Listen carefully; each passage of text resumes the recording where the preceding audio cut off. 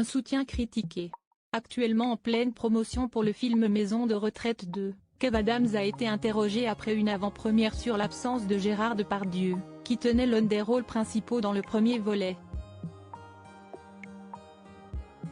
Et a profité de sa réponse pour le soutenir clairement face à toutes les polémiques et les affaires qui le touchent, une position très critiquée sur les réseaux sociaux.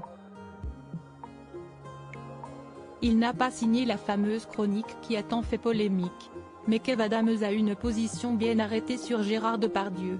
Invité, il y a quelques jours, pour l'avant-première de Maison de retraite 2, son nouveau film, l'humoriste a été interrogé par un jeune garçon sur l'absence de Gérard Depardieu dans ce deuxième volet alors qu'il faisait partie des rôles principaux du premier.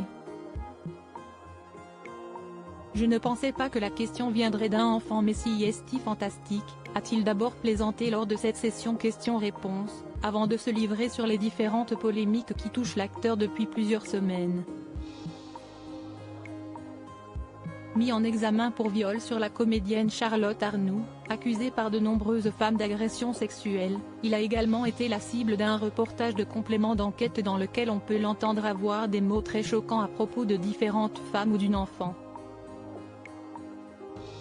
Je pense que c'est certainement le plus grand acteur français, sans aucun doute d'ailleurs. Moi j'ai adoré travailler avec lui, j'ai appris beaucoup, a-t-il d'abord rappelé, avant d'assurer que Gérard Depardieu n'avait jamais eu de comportement déplacé, que ce soit verbal ou physique, sur notre plateau. Je n'ai jamais assisté à ça ou vu ça de mes yeux, alors pour répondre à la question, oui j'ai beaucoup d'amour pour ce mec-là et je trouve que c'est un très grand. J'espère que tout ira bien pour lui, et si ce n'est pas le cas, c'est que la justice en aura décidé autrement et ce sera très certainement justifié, a-t-il ensuite expliqué.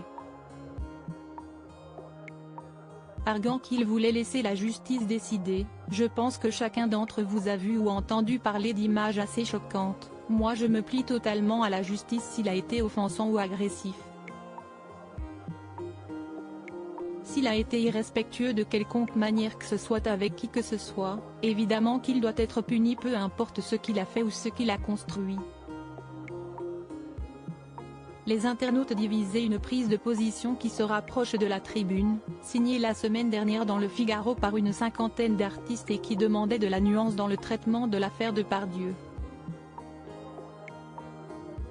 Et comme celle-ci, elle a fait polémique sur les réseaux sociaux, si certains rappelaient que la justice devait faire son travail, d'autres ont été très critiques envers l'ex-acteur de Soda qui aurait fait le choix de légitimer la culture du viol.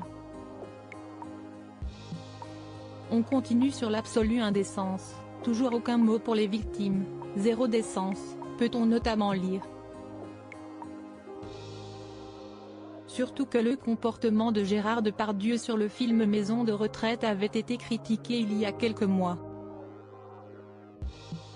Dans une enquête de Mediapart, une auxiliaire de régie, âgée de 25 ans au moment du tournage de Maison de retraite, affirmait avoir été coincée dans un couloir par l'acteur, qui lui aurait répété des propos obscènes en lui parlant des sexes qui avaient dû passer dans sa bouche, la sensualité de ses petits seins ou encore son envie de se frotter à sa petite chatte humide. Un comportement choquant, que le réalisateur n'avait pas confirmé, tout comme son acteur principal. Bien au contraire, Kev a donc affirmé, jamais eu de comportement déplacé, que ce soit verbal ou physique, sur notre plateau. Je n'ai jamais assisté à ça ou vu ça de mes yeux, a-t-il ajouté. Pour rappel, Gérard Depardieu est présumé innocent des faits qui lui sont reprochés.